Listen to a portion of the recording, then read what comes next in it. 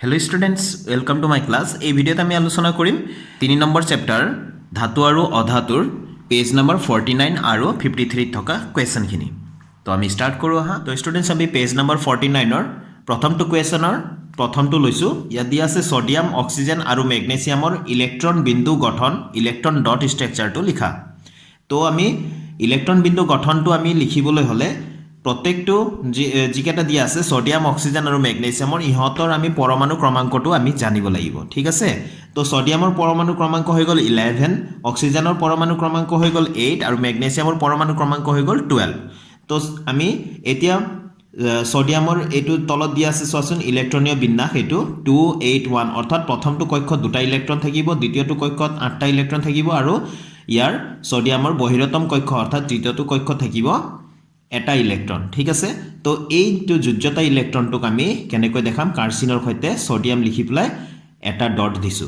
ঠিক আছে অৰ্থাৎ সোডিয়ামৰ বহিৰতম কক্ষত এটা ইলেক্ট্ৰন আছে ঠিক আছে তো অক্সিজেনৰ এতিয়া যেহেতু পৰমাণু ক্ৰমাঙ্ক 8 আছিল তো প্ৰথমটো কক্ষত দুটা ইলেক্ট্ৰন থাকিব আৰু এটো কমা কমা দিলে হ'ব একেটা তো দ্বিতীয়টো কক্ষত থাকিব অৰ্থাৎ বহিৰতম কক্ষত থাকিব 6টা ইলেক্ট্ৰন গতিকে ইয়াতে আমি অক্সিজেনক এনেকে কাৰ্চিন দি অক্সিজেনক 6টা ডট দি প্লাই আমি এনেকে বুজাম ঠিক আছে তো ম্যাগনেসিয়ামৰ আকৌ যেহেতু পৰমাণু ক্ৰমাঙ্ক আছিল 12 গতিকে প্ৰথমটো কক্ষত থাকিব দুটা ইলেক্ট্ৰন দ্বিতীয়টো কক্ষত থাকিব 8টা ইলেক্ট্ৰন আৰু বহিৰতম কক্ষত থাকিব দুটা ইলেক্ট্ৰন অৰ্থাৎ আমি ম্যাগনেসিয়ামক দুটা ডটৰ সহায়ত দেখাম ঠিক আছে তো এনেকে দুটা বিন্দুৰ সহায়ত দেখাবা অক্সিজেনটো 6টা বিন্দুৰ সহায়ত আমি দেখাম আৰু সোডিয়ামটো এটা বিন্দুৰ সহায়ত দেখাম তো এটো হৈ গল কোৱেশ্চন নম্বৰ 1 ৰ আনসাৰটো এতিয়া স্টুডেন্টস আমি কোৱেশ্চন নম্বৰ 1 ৰ দ্বিতীয়টো কোৱেশ্চন লৈছো ইয়াত দিয়া আছে ইলেক্ট্ৰন স্থানান্তৰণৰ জৰিয়তে সোডিয়াম অক্সাইড আৰু ম্যাগনেসিয়াম অক্সাইডৰ গঠন লিখা তো আমি প্ৰথমটো লৈছো সোডিয়াম অক্সাইডৰ আমি গঠনটো আমি লিখিম গতিকে ইয়াত কি কি আছে সোডিয়াম অক্সাইডত সোডিয়াম আছে দুটা আৰু অক্সিজেন আছে এটা যেহেতু সোডিয়ামৰ পৰমাণু ক্ৰমাঙ্ক 11 গতিকে অকমান আগতে আমি ইয়াৰ ইলেক্ট্ৰনীয় বিন্যাসটো আলোচনা কৰিছিলো যে প্ৰথমটো কক্ষত দুটা ইলেক্ট্ৰন দ্বিতীয়টো কক্ষত 8টা ইলেক্ট্ৰন আৰু বহিৰতম কক্ষত অৰ্থাৎ অন্তিমটো কক্ষত থাকিব এটা ইলেক্ট্ৰন ঠিক আছে অৰ্থাৎ সোডিয়ামে এটা ইলেক্ট্ৰন এৰি দিলে ই সুস্থিৰ অৱস্থাত আহিব অৰ্থাৎ ইয়াত বহিৰতম কক্ষত কিমানটা থাকিব 8টা ইলেক্ট্ৰন থাকিব হয়নে ইয়াত আমি অন্তিমটো কক্ষত 8টা ইলেক্ট্ৰন হ'বলৈ হলে সোডিয়ামে 7টা ইলেক্ট্ৰন ল'ব লাগিব হেতু যেটো প্ৰায় অসম্ভৱ সেইকাৰণে ই এটা ইলেক্ট্ৰন পাৰিলে এৰি দিলে কি হৈ যাব ইয়াৰ বহিৰতম কক্ষত অষ্টক হ'ব অষ্টক মানে 8টা ইলেক্ট্ৰন হ'ব প্ৰত্যেকটো মৌলই তাৰমানে সুস্থিৰ হ'বলৈ চেষ্টা কৰে তাৰমানে বহিৰতম কক্ষত 8টা ইলেক্ট্ৰন বনাবলৈ চেষ্টা কৰে গতিকে ইয়াতে 8টা ইলেক্ট্ৰন হ'বলৈ হলে 7টা ইলেক্ট্ৰন বেলেগৰ পৰা ল'ব লাগিব যেটো অসম্ভৱ গতিকে তাতকৈ ভাল কি এটা ইলেক্ট্ৰন এৰি দিব গতিকে সোডিয়ামে এটা ইলেক্ট্ৰন এৰি দিব পাৰে সেইকাৰণে ইয়াতে সোডিয়াম আয়ন হৈ গল ইয়াতে 2 আৰু 8 থাকি গল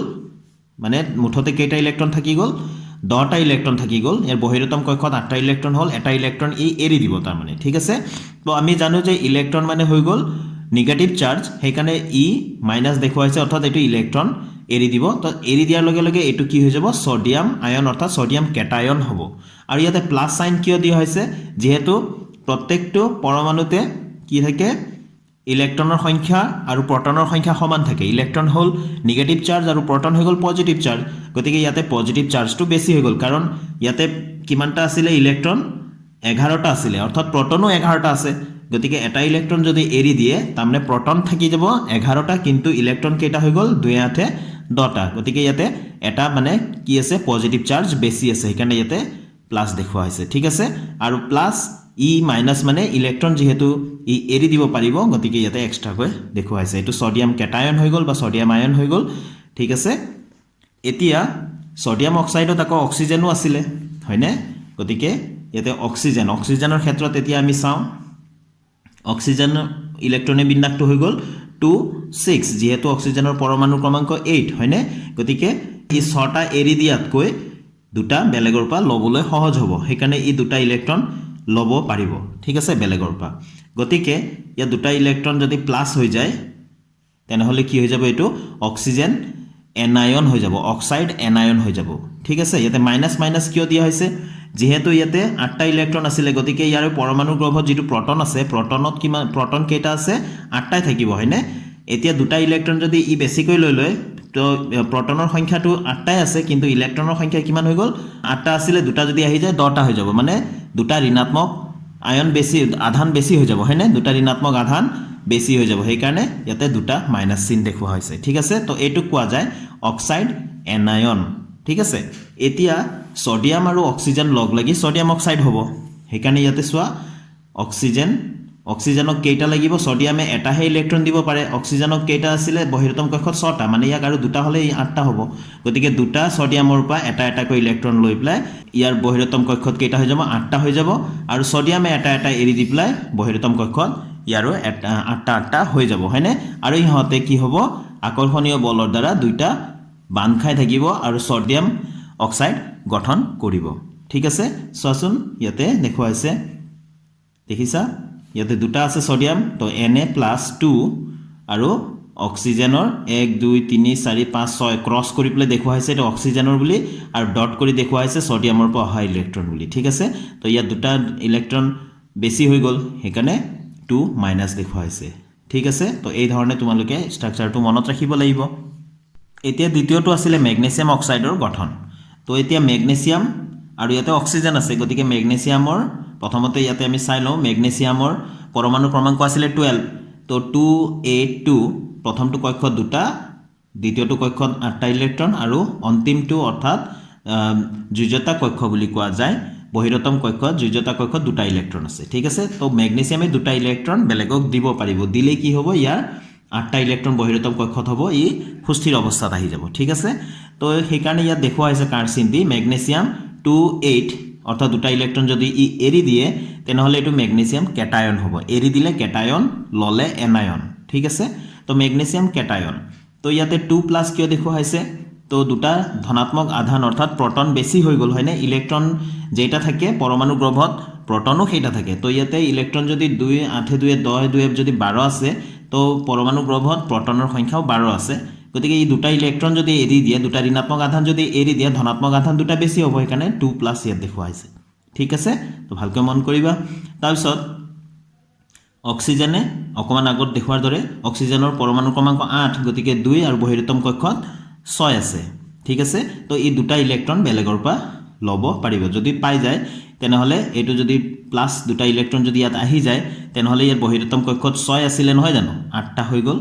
আৰু ইয়াতে দুটা ঋণাত্মক আধান বেছি হৈ গল বুলি আমি দেখাব লাগিব দুটা ইয়াত সোমাই গল নহয় জানো গতিকে দুটা ঋণাত্মক আধান বেছি হল বুলি দেখাব লাগিব আৰু সোৱাচোন দিয়া 2 আৰু 6 আছিল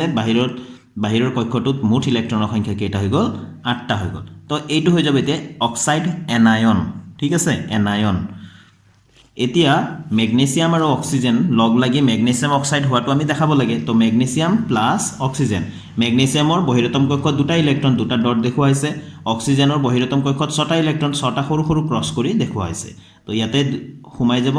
লৈ লব অৰ্থাৎ ইয়াত 8টা হৈ যাব আৰু ইয়াত দুটা ইলেক্ট্ৰন এৰি দিয়াৰ পিছত ইয়াৰ বহিৰতম কক্ষটো 8 হ'ব হয়নে তো ইয়াতে আমি কাৰ্চিন কৰি দেখাই দিম Mg অৰ্থাৎ ম্যাগনেসিয়াম 2+ অকমান আগতে চাইছিলো হয়নে তাৰছত অক্সিজেনত দুটা ইলেক্ট্ৰন এটো ডট দুটা সোমাই গল তো এটো অক্সিজেনটো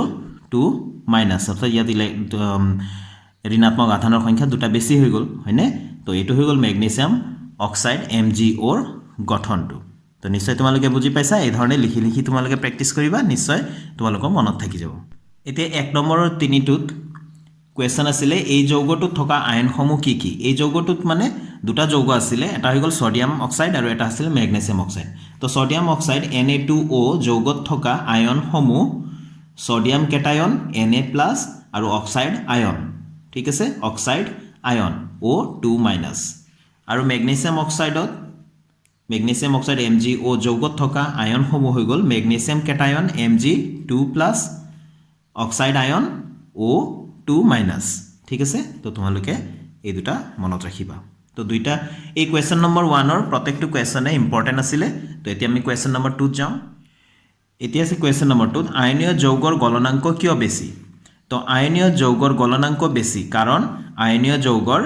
আন্ত আয়নীয় বিদ্যুৎ স্থিতীয় আকৰ্ষণ বল অতি বেছি ঠিক আছে এতিয়া আমি পেজ নম্বৰ 53 থকা প্ৰশ্নাৱলীখিনি আলোচনা কৰো ইয়াত কোৱেশ্চন নম্বৰ 1 ত দিয়া আছে তলত দিয়াবোৰৰ সংজ্ঞা লিখা এইটো কেইবাবাৰো আহিছে আগতে এই কোৱেশ্চনটো মনিক আকৰ খনিজ মল এইকেইটাত আমি সংজ্ঞা লিখিব লাগে তো মই ইয়াত লিখি দিছোঁ চোৱা মণিক পৃথিৱীত মৌল বা যৌগ অৱস্থাত ভূত্বকত পোৱা পদাৰ্থবোৰক খনিজ পদাৰ্থ বা মণিক বুলি কোৱা হয় তো খনিজ পদাৰ্থবিলাককে আচলতে মণিক বুলি কোৱা হয় ঠিক আছে তো নম্বৰ 2 আকৰ যিবোৰ খনিজ পদাৰ্থৰ পৰা ধাতু এটাক লাভজনকভাৱে আহৰণ কৰিব পাৰি সেইবোৰক ধাতুটোৰ আকৰিক বা আকৰ বুলি কোৱা হয় ঠিক আছে তো যিবোৰ খনিজ পদাৰ্থৰ পৰা আমি যিকোনো এটা ধাতু যদি আমি লাভজনকভাৱে আহৰণ কৰিব পাৰো তো সেই খনিজ পদাৰ্থবিলাককে ধাতুটোৰ আকৰিক বা আকৰ বুলি কোৱা যায় ঠিক আছে তো কোৱেশ্চন নম্বৰ 3 ত আমি কোৱেশ্চন নম্বৰ 1 ৰে 3 আছে খনিজ মল তো খনিৰ পৰা আহৰণ কৰা সময়ত আকৰৰ লগত বহুত অশুদ্ধি যেনে মাটি বালি আদি মিহলি হৈ থাকে তো এই অশুদ্ধি বা উপদ্ৰব্যবোৰক খনিজ মল বোলে ঠিক আছে তো কোৱেশ্চন নম্বৰ 2 প্ৰকৃতিত মুক্ত অৱস্থাত পোৱা দুটা ধাতুৰ নাম লিখা সোণ আৰু ৰূপ লিখি দিলে হ'ল সোণ আৰু ৰূপ কিয় মুক্ত অৱস্থাত পোৱা যায় কাৰণ ইহঁতে বেলেগৰ লগত সহজতে বিক্ৰিয়া নকৰে ইহঁতৰ সক্ৰিয়তা অতি কম এতিয়া আমি আহিলো কোৱেশ্চন নম্বৰ 3 লৈ অক্সাইডৰ পৰা ধাতু উৎপন্ন কৰিবলৈ কি কি ৰাসায়নিক পদ্ধতি প্ৰয়োগ কৰা হয় তো আমি ধাতুবিলাকক আমি তিনিটা ভাগত ভগাই লওঁ সক্ৰিয়তাৰ হিচাপত একেবাৰে নিম্ন সক্ৰিয়তাৰ ধাতু মধ্যম সক্ৰিয়তাৰ ধাতু আৰু অতি উচ্চ সক্ৰিয়তাৰ ধাতু ঠিক আছে তো এতিয়া আমি সেই হিচাপে ৰাসায়নিক পদ্ধতি প্ৰয়োগ কৰিম তো চোৱাচোন এতিয়া নিম্ন সক্ৰিয়তাৰ ধাতুৰ অক্সাইড উত্তপ্ত কৰি ধাতুলৈ বিজাৰিত কৰিব পাৰি অৰ্থাৎ ধাতু উৎপন্ন কৰিব পাৰি যেনে মাৰ্কাৰী অক্সাইড মাৰ্কাৰী নিম্ন সক্ৰিয় হয় সক্ৰিয়তা কম তো মাৰ্কাৰী অক্সাইড ইয়াত তাপ প্ৰয়োগ কৰিলে মাৰ্কাৰী Hg উৎপন্ন হ'ব আৰু ইফালে অক্সিজেন গেছ উৎপন্ন হ'ব যেটো উৰি গুচি যাব ঠিক আছে তো ইয়াতে এই যে 2 আৰু এই 2 দিয়া হৈছে এটো এই ৰাসায়নিক বিক্ৰিয়াটো সমতুল কৰিবলৈ দিয়া হৈছে ঠিক আছে তো HgO তাপ প্ৰয়োগ কৰিলে Hg আৰু O2 উৎপন্ন হ'ব ঠিক আছে আকৌ ষ্টুডেন্টস সক্ৰিয়তা শ্ৰেণীৰ মধ্যম ধাতুৰ ধাতব অক্সাইডবোৰ উপযুক্ত বিজাৰক যেনে কাৰ্বন ব্যৱহাৰ কৰি যথাযথ ধাতুলৈ বিজাৰিত কৰা হয় যেনে জিংক অক্সাইড জিংকটো সক্ৰিয়তা শ্ৰেণীৰ মধ্যম বুলি ধৰিব পাৰি তো জিংক অক্সাইডক আমি কাৰ্বনৰ সৈতে যদি বিক্ৰিয়া কৰাই দিওঁ কাৰ্বনটো এটা বিজাৰক ঠিক আছে তো বিজাৰক মানে অক্সিজেনটো ইয়াৰ পৰা কাঢ়ি লৈ যাব আৰু ঠিক আছে তো জিংকটো বিজাৰিত হ'ব অৰ্থাৎ জিংক উৎপন্ন হ'ব অকলশৰীয়া হৈ যাব তো জিংক অক্সাইড কাৰ্বনৰ সৈতে বিক্ৰিয়া কৰিলে জিংক উৎপন্ন হ'ল প্লাস CO উৎপন্ন হ'ল CO মানে কাৰ্বন মনোক্সাইড এটো গ্যাস হয় ঠিক আছে আকৌ উচ্চ সক্ৰিয়তাৰ ধাতুৰ অক্সাইডৰ পৰা ধাতু আহৰণ কৰিবলৈ হলে বিদ্যুৎ বিজাৰণ পদ্ধতি ব্যৱহাৰ কৰা যায় ঠিক আছে তো এইকেইটা আছিল পেজ নম্বৰ 49 আৰু 53 থকা কোৱেশ্চন সমূহৰ আনসাৰখিনি তো আজিৰ ভিডিওটো মই ইয়াতে সামৰিম ষ্টুডেন্টস নেক্সট ভিডিওত আকৌ লগ পাম নেক্সট কোৱেশ্চনৰ সলিউশনৰ সৈতে thank you students keep watching my channel